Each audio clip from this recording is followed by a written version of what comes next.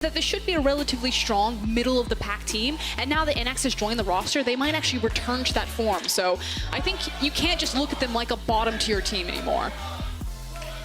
And already we see the Set ban, the Aphelios ban, the Syndra ban, the Soraka ban. Ornn has been influential in games over the last couple of days. It's been pick ban worthy. We'll see if either team decide to take that away. It won't be XL, they're removing the Nautilus from Dreams. Yeah, also a shared champion pool between Torre and Dreams, but I do like the fact that they're giving that respect, opening up this priority pick for a possible Ornn, maybe even a Gragas. Well, Ornn is available. The Gragas, as you said, as well. Caedrel was one of his most played this split alongside the Jarvan. Is that Gragas? We'll see if Schalke XL decide to pick it up first. It's going to be the Ornn. I expect we'll take that into the top lane for the second time in 2020. I actually think with Karthus coming out that Gragas has lost a little bit of his power because I feel like you can pick Karthus pretty safely into the Gragas. So I really like the adaptation here from XL to kind of stick with the LEC trend, grab hold of this Ornn, grab the bull by the horns, if you will, directly for first pick. The ram by the horns. Is he a ram? The Forge God is a ram. That's kind of the point of the Forge God. You call to it, and it rams down your enemies. Aatrox will be the lock into it, and we'll see what Schalke decide to pick for their second selection. Yeah, surprise, surprise. It's kind of been the bread and butter pick for Odoamne up there. To great success on this Aatrox. His ability to pilot this champion has been very impressive. You then take away the misfortune. I think it's too many power tools to give away a potential Ornn, Jarvan, MF type of combo to excel.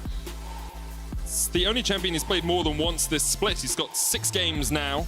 That is the most English thing you can't see it, but Patrik is actually making himself tea right now. It's hot water and honey. Okay, you've got to look after your throat for skew. It's very important. There's Xayah Rakan locked in for the bottom lane of XL. Patrik and Torre, the 2 new players on this team this split. They've been having pretty good performances down there. They seem to have relatively good synergy. More than pretty good performances. I actually think that Patrik and Torre are the standout members of this roster. I know that we just heard a ton of praise about Expect. We're constantly talking about how good in the jungle Caedrel is, but for me, Patrik and Torre have been where it's been at for XL. I think that this was the biggest change that they made over the offseason in bringing in new bottom lane, and it's brought the most promise to this roster, especially on a power lover combo like Xayah and Rakan. Torre's Rakan in particular, pretty nasty. We'll see how effective he can be in the team fights as the game goes on. And in the lane, of course, Xayah Rakan, some of the best duelists we have in the bottom lane. LeBlanc and Azir have been banned out in this second phase after the Braum was locked in alongside the MF. And we'll see exactly if we continue to get mid lane bans, because there are still some powerful junglers available, and the Olaf is one of them. Schalke will remove that from the pool. I just think it's really difficult. Both Abbedagge and Mickey have shown pretty large and sometimes unique mid lane champion pools. Mickey, I think, is one of the mid laners that feels the most comfortable with also reaching towards more AD-oriented mid laners, which is why I think Caedrel's had so much success going towards an AP jungler like the Gragas, not just because of Gragas's initial built-in strength. I do doubt that we'll see the Vayne mid once again from Mickey. It didn't work out too well for him yesterday. Sejuani is the lock for Lurox. He'll be taking the ball into the jungle. And Karthus, that you mentioned, the AP threat in that mid lane. Of course, in that jungle, sorry. Of course, Ornn can be flexed into the mid lane as well. So we could have already seen Mickey's pick here. Although he doesn't seem like an Ornn player to me. And there's the Karthus. We've talked about Karthus a lot on this broadcast. I'm sure we'll mention again as soon as we get into the game. It used to be, however, that when you had a pick like a Karthus, you need to make sure that you had pushing priority into your lanes, or at least some way to protect yourself from getting invaded on. I think it's a pretty safe pickup, especially as soon as you see the Sejuani here. So I really like the composition that XL have put together. I think it's really balanced, has great late game scaling potential, and they don't just hard lose lanes. They should actually neutralize a lot of these lanes and not get bullied around in the early portions of the game. Well, we'll see if Schalke have anything special to bring out against the Ornn in the mid lane. It's going to be Victor. Abbedagge has played that once already this split. It was yesterday in their game versus Vitality, and they won that one, so maybe it will work out for them. He's very good at controlling team fights with the Victor. Has great zone control. And as the XL fans start to uproariously chant for their team and then quiet down as soon as I start talking about them chanting.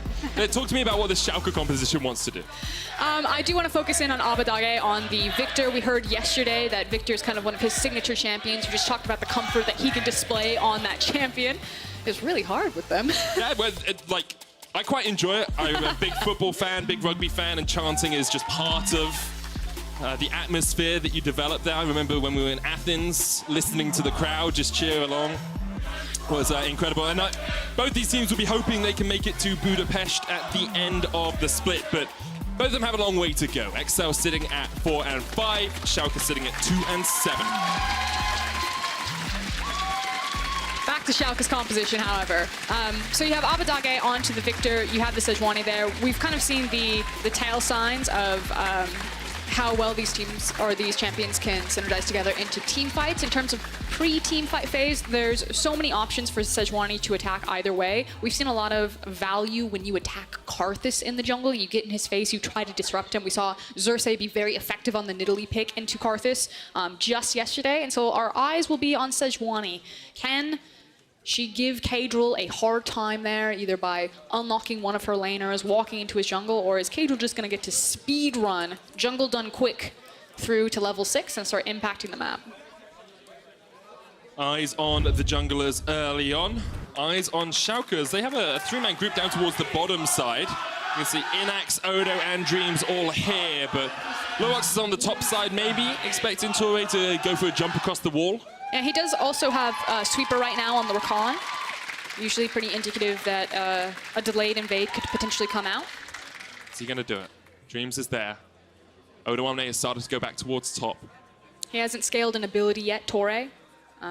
Obviously, you'd think that he would be going for the invade if he scaled his hop. I'm watching him, don't worry. We're all watching him. There we go. About to hop over the wall. And now Lurox will come down and join his team. There are no wards here for Schalke. Actually, Lurox deciding to start at red buff means that this could be a very powerful invade for XL. Said how much that Sejuani wants to set the Karthus behind in the jungle, but this could be great. Yeah, so here comes the delayed invade. We talked about the sweeper. Torre is now using it. He's going to catch this ward. They're clearing it out. And if Caedrel is super successful here, he's going to pick up this blue buff and then be able to not just play a split map, but kind of race back over to his blue buff and potentially get a 3 buff here on Lurox. If Lurox can very quickly do his red, maybe hop the ward, you can see already that Caedrel has placed, excuse me, not Caedrel, Expect has placed vision in the river here to catch if Sejuani is going to go across and try to contest the blue. Let's have a look. Lurox able to dodge away from some of it. There he goes, pinged out straight away. Is Expect going to come down and try and fight over this one? Doesn't look like it. XL will just use the knowledge that they have. Trading coming in as exhaust straight away from Dreams.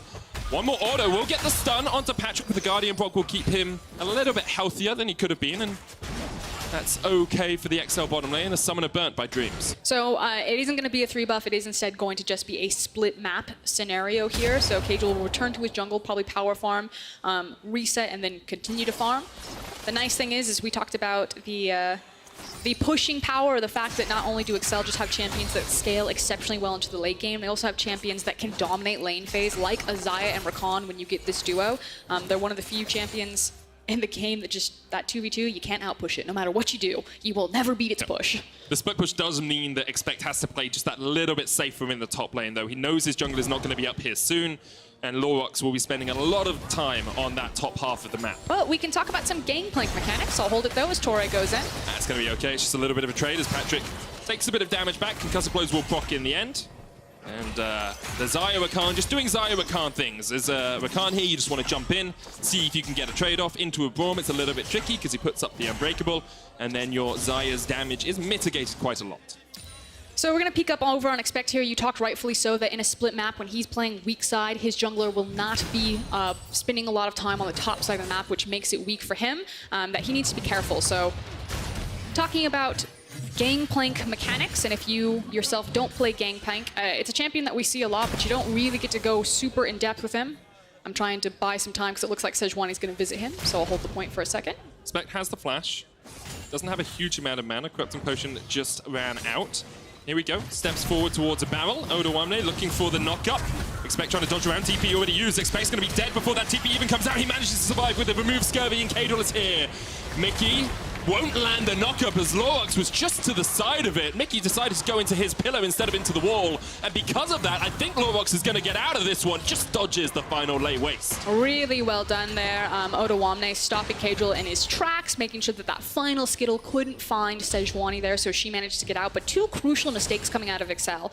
Expect opening himself up to a gank like that. Usually with Gangplank, you actually place the barrel behind you onto your minions when you have to play weak side, because you can get the movement speed from the barrel and you can use it as a disengage option. Expect has actually been using his barrels really aggressively to contest the push, which opens him up to a situation like that. Then the second mistake is Mickey's teleport comes in, he doesn't find the CC against the wall, and it means that Schalke are completely unpunished for a very successful gank top.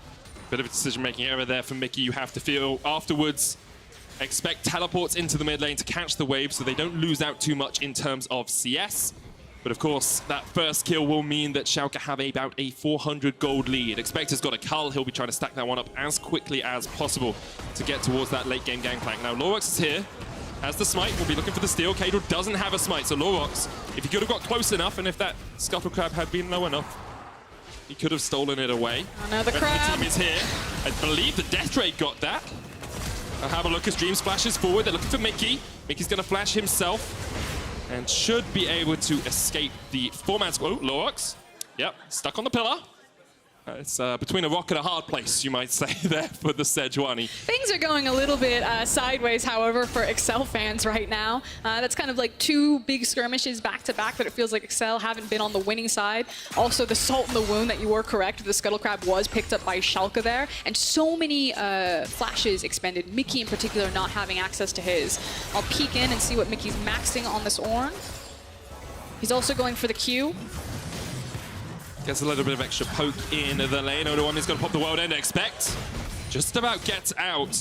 That you can see Odoamne will have total control of this lane. Expect has the cannon barrage, so can clear out the wave if it pushes in. And this is kind of best case scenario for Schalke, is not allowing Excel's composition, these laners, to just kind of neutralize or survive the lanes. Because we talked about how Excel don't just hard lose it, that they have the potential that they can survive here, but it is starting to get tipped relatively quickly. Mickey not having access to his flash means that he's going to have to be much more careful right now, and Odo now getting a lot of chunks out of Expect and really starting to punish him. And Lurox has been in the right position on this Sejuani early on. We wondered if he could neutralize the Karthus. Well, he's been doing a very good job of continually harassing Excel. There's another fight in the bottom lane. Innaxe down to about half HP. Torre continues to trade. Mickey's dead to the Chaos Storm in mid.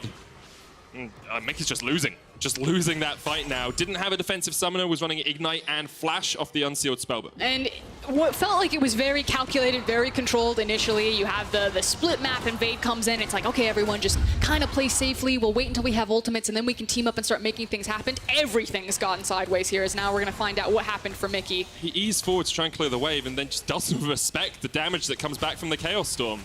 Honestly, that was once again a bit of a misplay for Mickey. We saw it in the top lane as he didn't hit the wall with his charge. And then we see it in the mid lane as he goes too deep trying to clear out that minion wave. Caedrel has found a small window here to try to do the Drake. So playing around kind of the one lane that's not on fire for Excel right now, which would be Patrik and Torre, because they're constantly having pressure forward down here. Luckily for Excel, it is an Infernal, so that does feel pretty sweet. But now, what will Schalke get in response, knowing that Caedrel's on the bottom side of the map? No Rift Herald for them yet. That's 10 seconds away, but Lurox did go in and take the second bloom. Mickey is up towards the top lane here, just going to use that Scryer's bloom. It looks like Schalke are going to play towards the Rift Herald. All 5 members are now on the top side of the map. Abbedagge in mid, both the bot laner and the support have come across. Should be pretty easy, secure, but they will lose some pressure on that bot lane turret. I mean, you're going to feel super confident to do this because you're winning so hard onto the top side of the map. You look at Gangplank's itemization right now. He's got like a coal, a crystal, and like a sword. It's not a very feels-good moment. So it's a super easy call for Schalke to do this and to continue to accelerate the game. And because it is a champion like Karthus, yeah, Rakan and Xayah are getting a lot of free time for Excel onto that bottom side. But even if Karthus joined them, there's not a threat that you actually trade back a structure. So I think even though it's kind of plates down in the bottom for Excel, this is just a massive win for Schalke, who have so much tempo right now. You can see the gold differences there in the mid lane. Abbedagge about 500 gold ahead. There's a 400 gold lead for Patrik in that bottom lane, but that's going to get chunked into as Innaxe will start to take some plates. Get at least one here, probably get two. And Innaxe will be able to even out that gold score. Schalke now 1,000 gold ahead, going to be about 1,300 by the time they take the second plate. So right now, if you're an Excel fan, you need Excel to kind of take a deep breath, reset the map. You now have key ultimates that you wanted initially with the Orin ultimate, as well as Caedrel's ultimate now available. You're looking to get priority into the mid lane, unlock Mickey, get him to a side lane, preferably around Patrik and Torre, and then play around, you know, maybe a Requiem snipe or an Orin ultimate, or just make sure that Patrik and Torre continue to set up for success. On the side of Schalke, you kind of have your pick of the litter about where you want to start stacking your CC.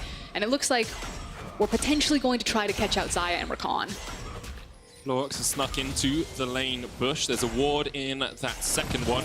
Here we go. Patrik, good Feather Storm, dodges out the Winter's Bite and should be able to get away. Ult there in terms of Lurox trading his for the Feather Storm from Patrik. Still really well done from Patrik. Is able to hold on to his flash right there.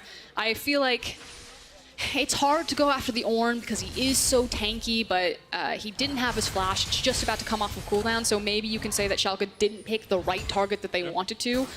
It's still never going to feel necessarily totally bad ganking for a Braum, but very hard to crack a Xayah with ult and flash versus the Ornn without the flash. It's what I like to see if I'm a support, by the way. Torre was backing. Patrik eats the Winter's Bite so they can get the combined recall back. It's always the little things that show the synergy between the two bot laners. Now Schalke may be looking down towards the bottom lane, as Expect is in a 1v2 scenario for the moment. Good read, however, because Excel have their team members waiting in the wings. Caedrel comes in time. Lurox was on his way down.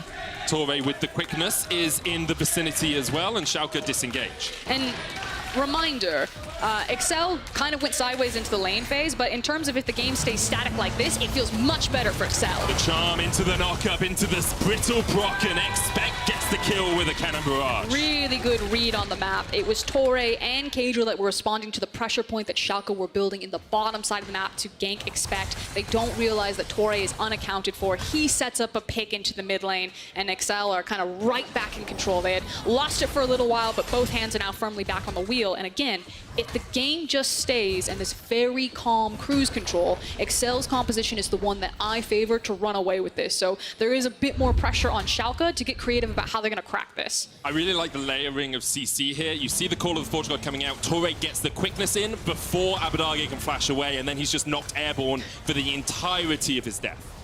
That was the bounce house, is what I like to call that combo. Bouncy castle is what we call them in England. Because we have castles there. You Americans don't have that many castles. I don't think we have any castles. Well, you got White Castle. Howard and Kumar took good. That may be the most American thing. Expect has now got a Sheen and a Phage in this bottom lane, still stacking up that Cull. There's a 23 CS lead for Patrik, with all the swords he could get in his inventory. With the Rift Herald being used in the top lane, this turret may fall. I think it's only going to be 2 plates that are taken. Yeah, Schalke don't really want to push their luck right now because Abbedagge has committed to pushing the mid lane, and they know that Mickey has first access to rotation. So it's just going to be the charge from the Herald without any sort of follow-up from Schalke's members. You can see where that CS and that experience is being funneled. Abbedagge and Odoamne, the only 2 players at level 10. Expect is almost there. Mickey has just picked over, but Patrik's actually a full level ahead of Innaxe, about a level and a quarter right now. So Patrik's going to be very powerful when we get to some of these mid-game fights. Yeah, and while Patrik is really powerful kind of right now and in towards the mid-game, it's Odoamne and Schalke's kind of top side of the map that they're leveraging this power point. The fact that Expect is still playing very cautious around the potential dive as Mickey makes a catch. Innaxe still has flash, still has heal. There comes the Requiem, that's not going to kill him. The Call of the Forge God. Oh, Dreams, that was very well done. Torre flashes forward. Didn't have the Ignite, but Innaxe did use the heal. Some fancy footwork, really feeling himself right there, Torre, to try to force that one. Meanwhile, it does mean that Schalke, again, continuing to win on the side that Odoamne is on. They traded for the Drake, and now will threaten Expect. Expect should have heads up that this here. He's got Cannon Barrage in about 5 seconds or so. Odoamne's already popped the World Ender. Lurox has the Glacial Prison, going to use it. Expect will flash away. And you can see very clearly the size of the map the teams are playing around. We noticed it even from the first invade where they split the map. Schalke's strong side is the top side, or Odoamne.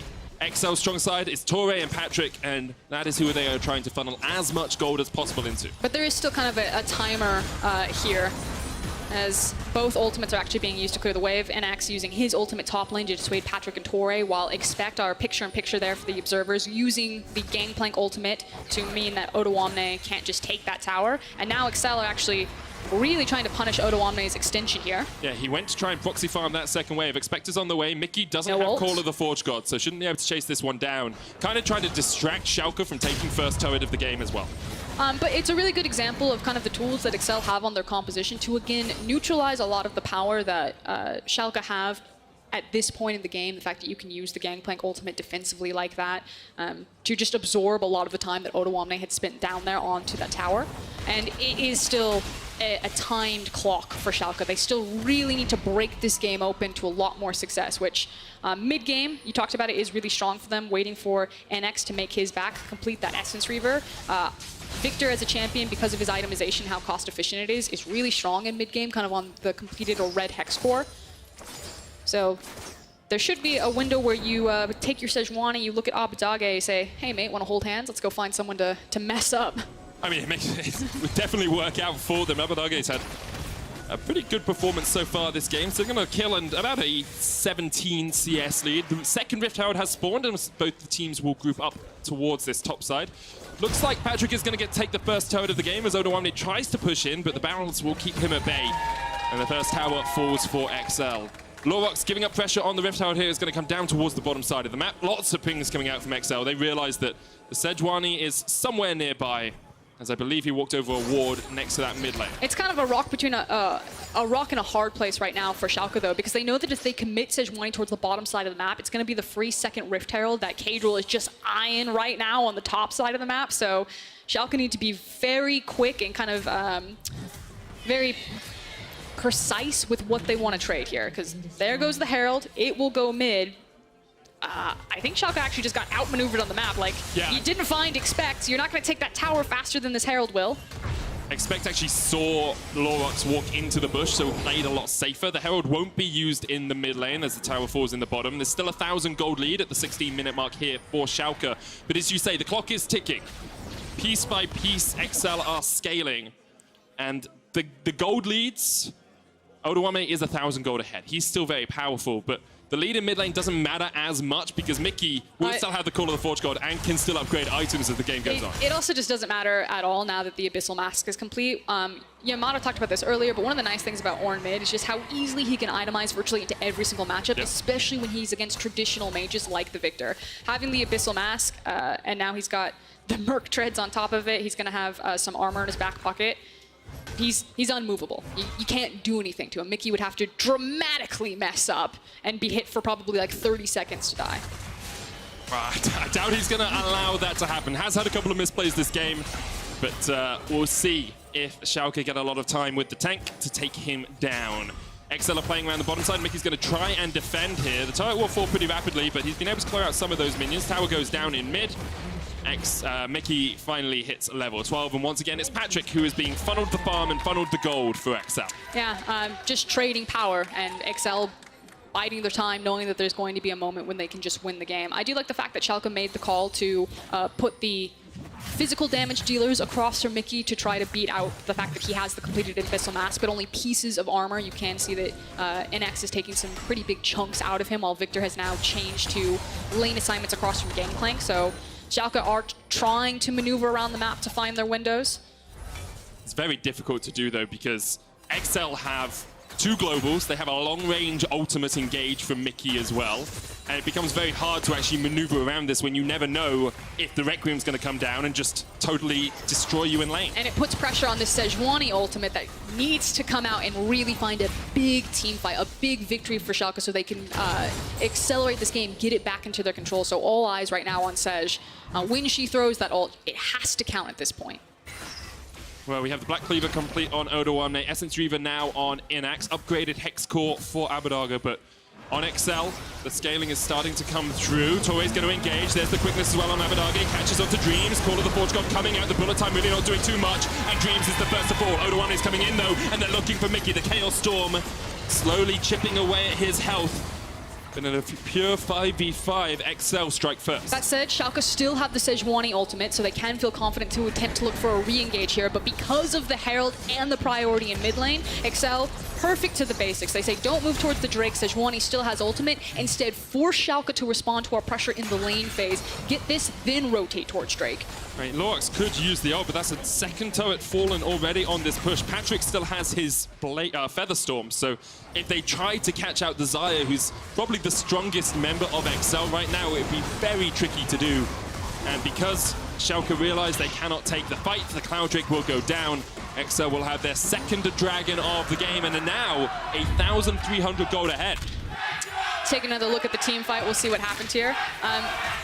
So much damage actually goes down on Abbedagge without any of the backline really hitting him. Patrik initially throws out some feathers, but Innaxe's ultimate actually zones Patrik away from the fight, where he just stands on the other side of the bullet time. But the Ornn and the Karthus are doing so much damage by themselves that it didn't really matter. And we already talked about the fact that Lurox held the ultimate, didn't find an opportunity that he liked to throw it with Sejuani, so we said that that was a big key responsibility for Schalke because timer's on them. They needed to make a hard engage really matter to get a foot back into this game, and they didn't even bother to pull the trigger. Weren't able to find the connection that they were looking for. They do still have a few opportunities, but it is slowly slipping out of their grasp. Iceborne Gauntlet will be on its way for Mickey. Decided to upgrade that instead of going for a Sunfire Cape, which is sometimes what we see from the Ornns. I think I would have preferred him just to be an outright tank. Does a lot of damage on his team. I'm not sure he needed to go Iceborne, but it's Mickey. It's just a Mickey thing. Yeah, just the Mickey thing.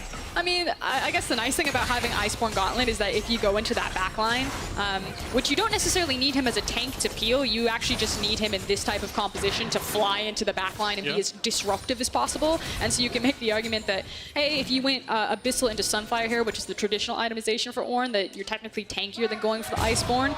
But because you have so much protection on Xayah that if you actually just fly into the backline and have the Iceborne Gauntlet, you could stick to your targets a lot more effectively. Do a bit more damage.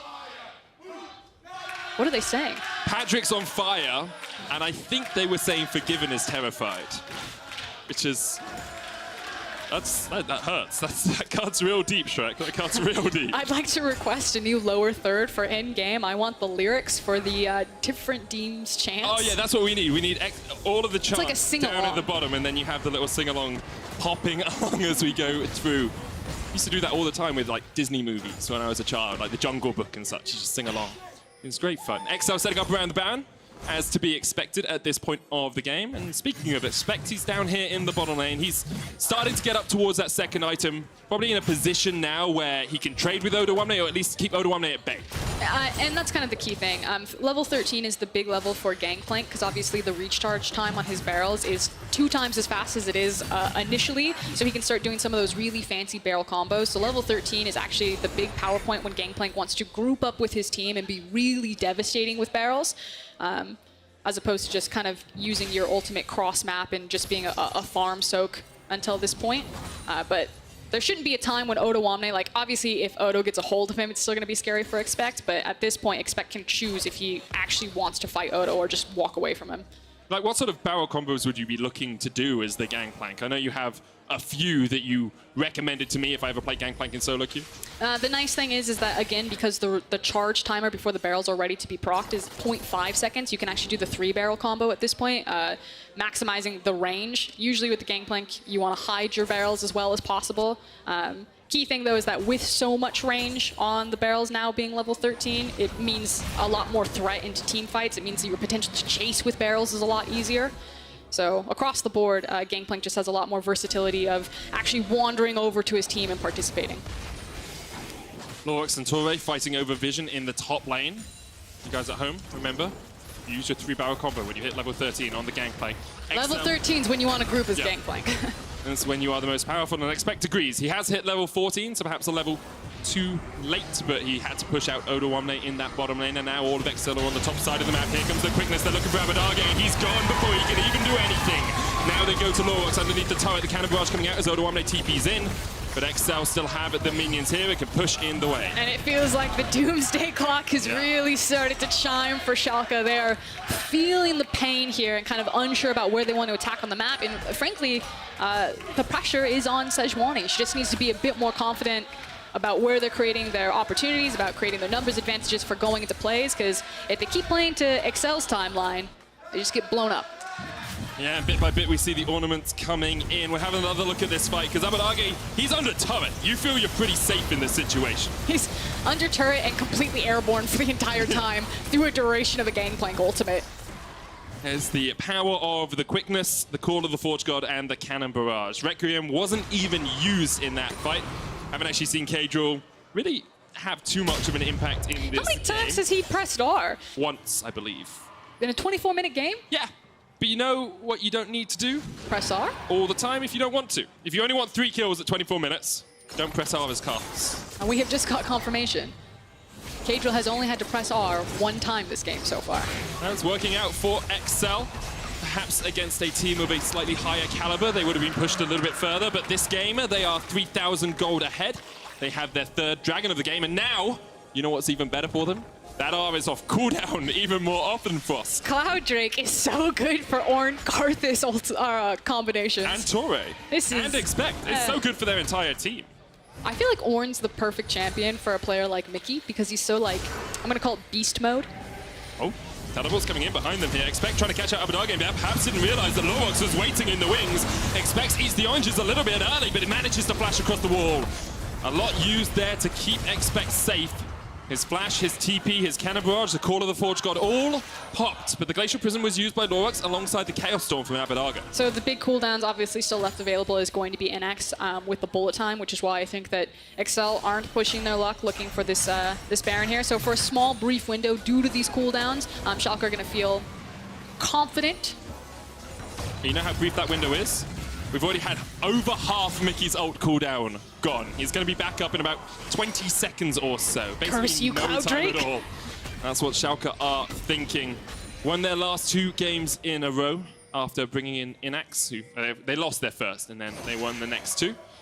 But XL proving like mightier foes than G2 did last week. I mean, at this point in the game, at least when G2 were playing Karthus, we were like, unfortunately the game's now over. Karthus is going to hit so hard. But technically, Caedrel actually won't hit that hard right now. Yeah. He's got his Oblivion Orb and now his needlessly large Rod. He only has the jungle item complete, the Runic Echo, so... He's also only got 3 stacks on his Dark Harvest. He actually won't hurt that bad. So team fights aren't actually as out of control for Schalke as you could normally feel at this point of the game when a Karthus is there. So I still feel like Schalke have a chance here. There's still time. It definitely is. The clock is ticking still. We have the Molten Edge complete on Patrik, the Trinity Fusion on Expect, those Ornn upgrades starting to rattle on through, and each of them, you know, about 1,000 to 1,500 gold worth of stats. Torre's going to step on a ward here and dodge away from the Winter's Bite. XL continue to play up towards this top side. It's actually Mickey who's answering Odoamne down towards the bottom. They want Expect there because he hasn't got his teleport, and Mickey, with the Unsealed Spellbook, does have one of his own. Oh yes, and back to my point about Mickey and going beast mode on Ornn. Because Mickey likes to play so aggressive and so forward, am I going to get time to talk about it? Yes. Ornn is a perfect champion to kind of band-aid how aggressive Mickey is because he's impossible to kill. Mickey can do whatever he wants. He can go wherever he wants. And Ornn will just walk away. You know who else he could play? Mundo. Yep, goes where he pleases. That was an easy joke. Thank you. Synergy, Frost. Synergy.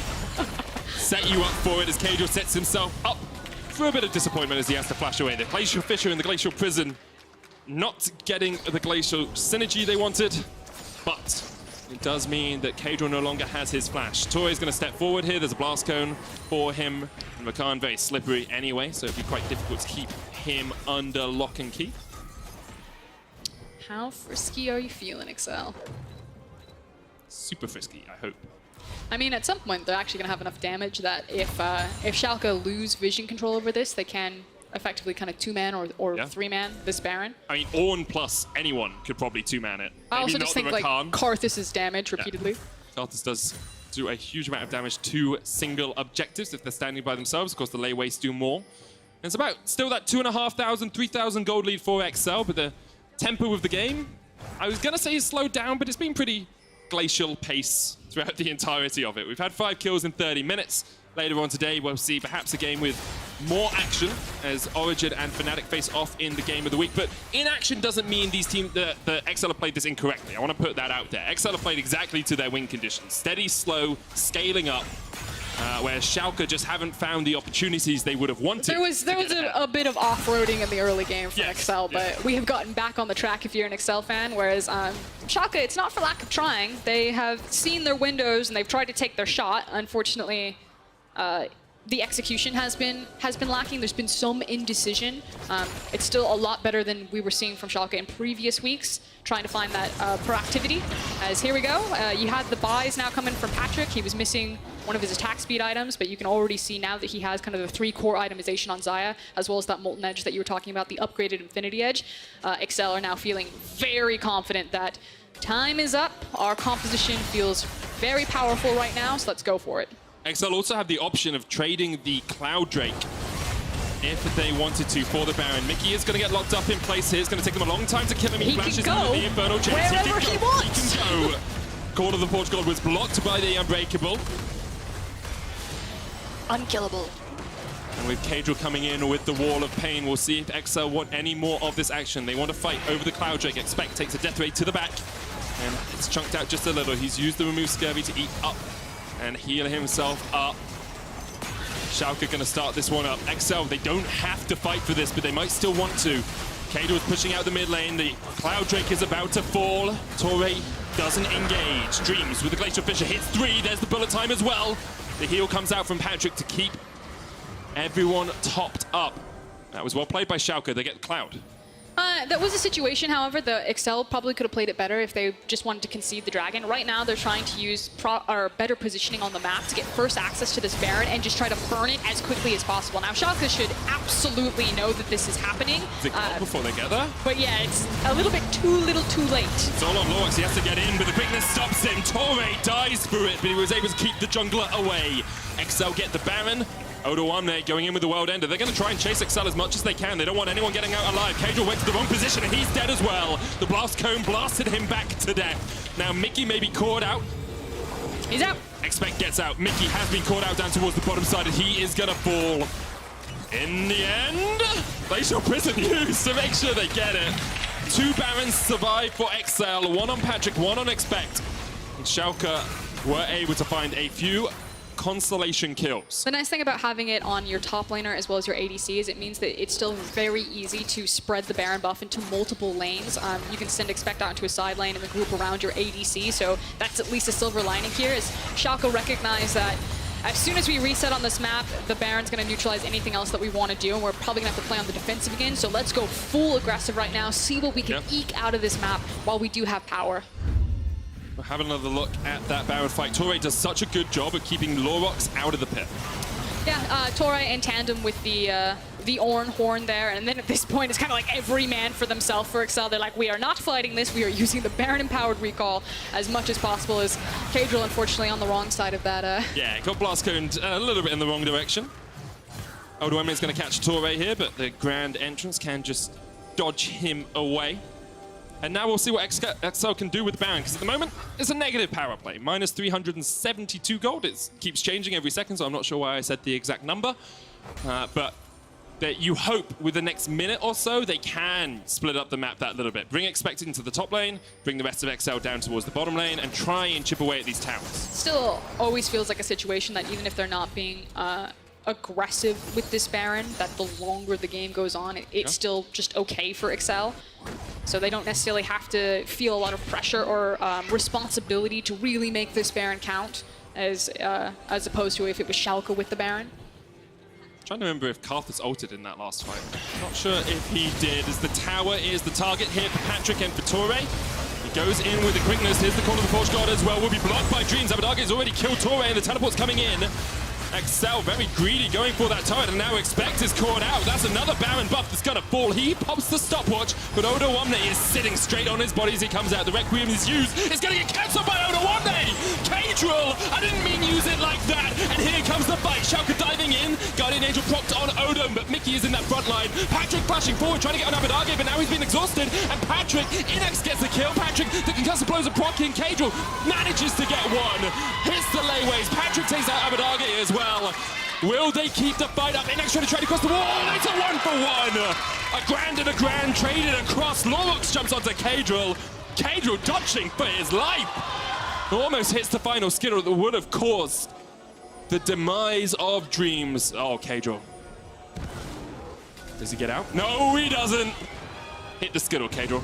Puts up the wall of pain, but Lurox, of course, can't be slowed. That's the passive. And there's the kill. All of XL fall. Lurox and Dreams survive. But XL didn't need to force that as hard as they did. It was them who initiated the dive, and Torre dies at the very beginning of the fight as we take another look at that one. You could have actually just sat on the tower and taken the structure for free, but XL overreached. Torre then instantly dies.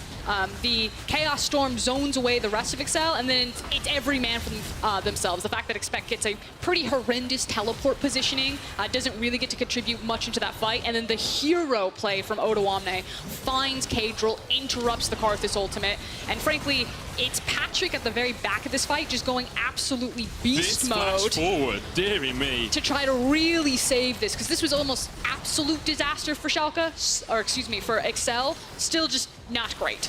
Not great. Not great at all, especially with the advantage they're in. You can see Patrik has a 2-level lead over Innaxe, but ends up being a 1-for-1 in that trade. Of course, Patrik had already killed Abbedagge. I feel like we're starting to notice a trend with XL where it's kind of like if everything goes according to plan, their macro is actually pretty crisp and clean, which is why we consider them in the top of the table of our LEC teams. But they still don't quite have the same synergy or capabilities as our upper echelon teams when it comes to executing in team fights. Both teams at set point on the Cloud Drakes now, 2 apiece. An Infernal for XL, an Ocean for Schalke. Expect is chasing Lurox out here. Torre and Mickey will have the flank. Torre has the quickness, doesn't have the flash, and they decide not to go for it. I was thinking back to that fight. I'm pretty sure Torre used his Q to pop the Banshees on Abbedagge and was like, okay, we have to go, we can catch him. But then just there was no follow-up. There was no ability to get the call of the Forge God in because Dreams was there with the wall. Expecting to bring 4 across here. In goes Torre. Once again, the wall blocks the call of the Forge God. Stun's going to land onto Patrik, and the follow-up is not there for XL. Looks like they'll take the turret. Patrik just needs 1 more auto. A few more autos now that the minions have died. But Mickey can tank this one up, and that tower will fall. 5th of the game for XL. Still only a 2,500 gold lead. I want to say the XL fans have been pretty quiet for a while. Oh, no, they haven't. XL just brute forcing that tower down. It's not going to be the Baron setup here in 20 seconds, so we'll see if they slow it down, play this one a bit more to the book, not get so overzealous with some of these engagements, because I agree with you. It feels like Torre see hero, Torre kill hero. He's going for Abbedagge every single time, and credit to Dreams. He's doing a lot to deny a lot of the incoming damage.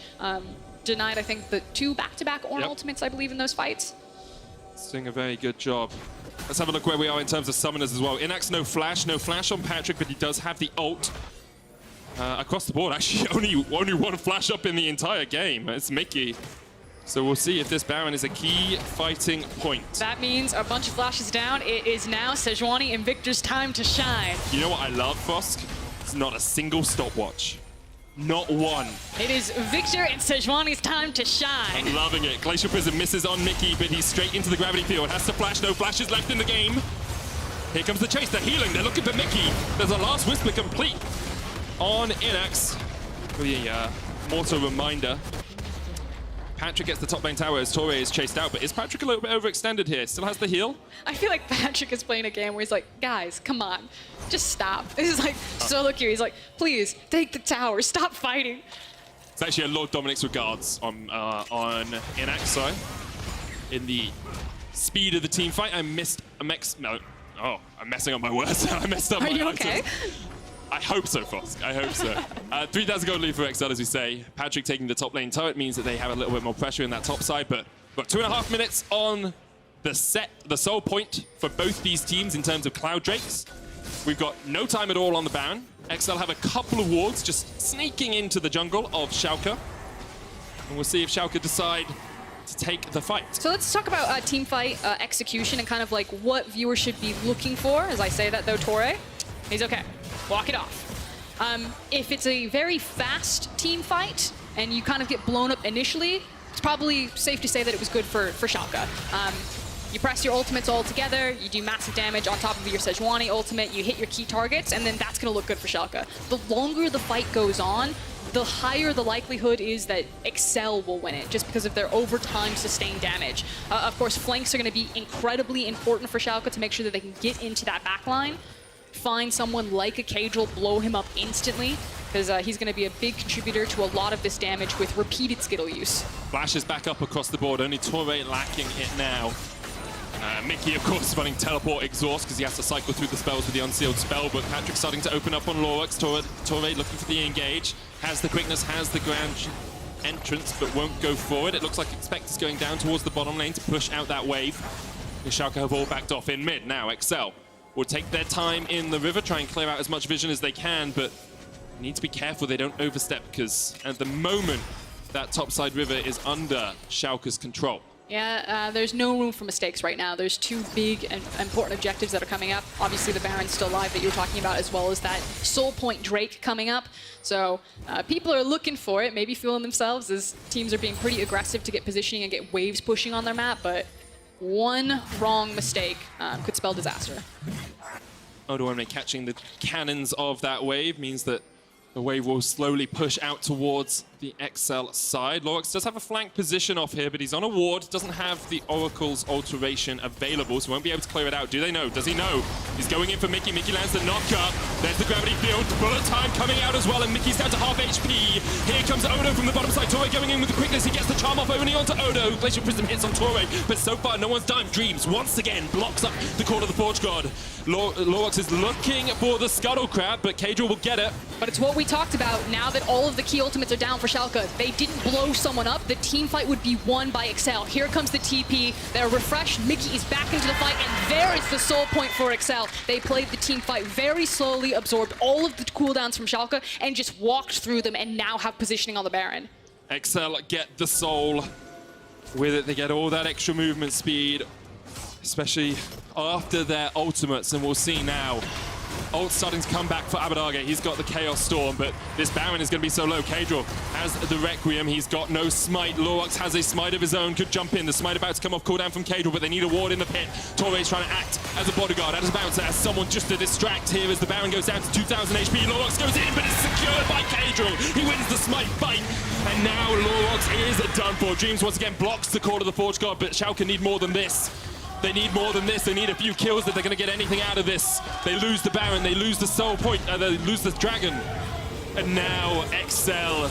They have bided their time. They have waited and waited. And by God, we have all waited this game. But finally, with a Baron and a Cloud Soul, you have to feel Excel can now push in to look to break Schalke's base. And these types of compositions are just inevitabilities here for Excel as we take another look at it. Level 17 to level 15. How close were the smites? Miles away. Miles away. Smite is about like 1,700 or so. Caedrel secures it. Mickey did have smite as well, so it would have been a double for Excel, but he didn't use it in the fight. And now we'll see Excel pushing in. Caedrel has used ultimate twice this game. Just want to remind everyone of that. Once was cancelled. The other one was very early on. Okay, so the Karthus wasn't why they won the game. No, that's but fine. he did get the smite off, and that's important. I think Patrik has been having a MVP performance right now. I mean, we mentioned it in Pick and Ban. They are two of the stars on Excel so far this split. Glacial Prism gonna hit. Abbedagge almost takes out Caedrel. And the bullet time comes out as Patrik dodges with the Feather Storm. Oh, what? That wasn't meant to happen. The gravity field's going to come out. Expect will use the flash. Torre going in with the quickness. Cannon Barrage comes out with the double charm. Really not going to do too much. Torre able to dodge away. Saves his top laner. Will Mickey escape? He will. Around the world there from Torre. That said, it does delay a lot of the pushing power there from Excel. They were in position. They were trying to take towers. But again, Excel kind of out of position, forcing a fight, a bit too overzealous. They have to use a lot of their cooldowns defensively, and it buys Schalke more time. Abbedagge and Lurox teaming up to do a hell of a lot of damage here. After Caedrel got caught and got out, I was pretty sure this was all hunky-dory, but Expect just gets chased down. And this is what we've been waiting for. We've been waiting for that Sejuani ultimate to find a key target that isn't someone tanky like Ornn, because you can see that when it connects with someone, it does so much damage, but we do have to celebrate Torre there. Flashy footwork on the Recon. Didn't even use his flash. That was... It was around the world. It was in, out, and if that was me, I was going back side. for seconds right there for us. That was delicious to watch. Great stuff from Torre. He's like, I'm clipping it out. This is the highlight. Someone grab a clip of that, put that on Reddit. It's now Excel in the bottom lane, looking to push in. Abbedagge is there to act as a bouncer. The Banshees comes down. There's the call of the Forge God, and that's not going to connect to Streams, blocks it. Torre dodges out. Tower has fallen. Mickey taking up all the damage, and here it comes. Third of the game, and finally he finds his mark. Bullet time coming out as Odoamne tries to step forward, but Patrik is so safe. Patrik is so secure in this team. Innaxe, Abbedagge, and Odoamne trying to do what they can. The death rate comes out as the inhibitor has already fallen. Patrik, oh my god! Caedrel almost falls. He's able to get out alive. Innaxe looking for the double up. Teleport behind them. Patrik Here flashes. comes Odo. Here comes Odo. Here comes the chase. Odo, no flash, no world ender. Can he get there in time? Because remember, they have the movement speed. They've got the Dragon Soul, the Cloud Soul, making them run like the Clappers down here towards the bottom lane. Odoamne still looking for that flank. Abbedagge coming in with that Siphon Power, trying to get the movement speed he can. With the call of the Forge God, is back up. And it will hit onto Innaxe. Torre jumps forward, jumps back, and disengages for Excel. Good heads-up awareness from Excel to stay together, to disengage. Still, I think this kind of like tells the story of the game. Half of Excel is diving the tower, doing ridiculous damage, and Patrick's just mowing down the tower, takes it, and then turns to the team fight. And maybe it's a situation where you can say Torre and Mickey are just keeping all of Schalke airborne, that it gives Patrik the time that he can take that tower, but feels like there's a little bit of synergy issues. I agree with you. I think these fights have not been... That damage is so gross. Dear me. Abbedagge, he's almost fully built. He's sitting on a blasting wand. I hope to see a Void Star from him. Just the magic resist of Mickey would be very good to shred through. Maybe Aleandre's as well, actually. We'll see. He knows his Victor builds better than I know his builds, so we'll see where he decides to go with that final item. We are approaching the end game, by the way, Frost. Second longest game of the split at 45-40. Slow and steady. If it lasts exactly, and I'm slowing down my words to make sure it's exactly 5 minutes more from now, it'll be the longest game of the split. Okay, we have our goal. We've now created a new mini game. There's 30 seconds on the Elder Dragon, so I'm kind of hoping that decides it. Because if you can't win with an Elder Drake, doing something wrong usually as a team. Okay, so what do we need? We need this Sejuani to hit one of those key targets, either Patrik, he does have ultimate, doesn't have flash, and then we need follow-up damage, preferably from Abbedagge, to just immediately delete someone. And Patrik's also running the Mercurial Scimitar, so it's quite hard to lock him down. Patrik's going to step forward for Lurox. Caedrel down to about 2/3 of his HP, hits it on Patrik, but immediately QSS straight out of there. Torre trying to get him from the side. The Blade Caller does not pull back in the right place. Lurox getting chunked out just a little bit. The bullet time really doesn't connect on too much as the cannon barrage was used, and it feels like a whole lot of nothing so far. Mickey jumping forward, stunned up with the concussive blows. Abbedagge is going to try and put some damage back down onto him, but they don't really get enough. And now with super minions pushing in, do Schalke back? Do Schalke defend, or do they push in? Looks like they're going for it. Torre, he's dead. Okay, 5v4 now for Schalke. They're looking for him as Patrik. Doesn't have much. He has no way out of this. He has to do something absolutely miraculous, but can he do it? He's getting a lot of damage down. Here comes the call of the Forge God. Dreams looking to block it up, but can't do it. Patrik's still alive. Patrik's still alive. Patrik is still alive, and with the Requiem coming out, Patrik's still surviving on the back line. Odoamne trying to get the damage down on him and gets it in the end. The Elder Dragon goes down to 4 members of Schalke, but Expect is in the base, Frost. Expect does it. The Elder Dragon doesn't enhance your recalls. The Elder Dragon doesn't get you back any faster, and Expect swipes away the base of Schalke.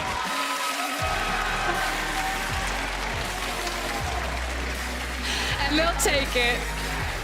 Not the game that you thought it was going to end like that. I have to say it, though. Patrik is so good. Oh, he was so good in that fight. Not even just the fight. He has QSS, and I guarantee in comms, he's walking towards Sejuani, and he's like, it's fine, I have QSS. And he gets the Sejuani ultimate to trade for the QSS, and then it immediately turns into, like, of course then after the team fight, plants his feet, and is just like throwing out the feathers, doing so much damage, but That was so well played from Patrik. Really good stuff all round from XL. They'll be happy to have broken their 2-game losing streak. Of course, they played up against Origin and G2, so teams right at the top of the table. And now they are on as even, 5-5. Just past the halfway mark of the split. Schalke, the miracle run, perhaps has been stymied at the first hurdle. No, I actually think there's good things to take away from Schalke here. I think there was execution flaws. Like, they kept throwing out, fishing for those ultimates, trying to set up these plays, but it just wasn't connecting on the targets that they wanted to.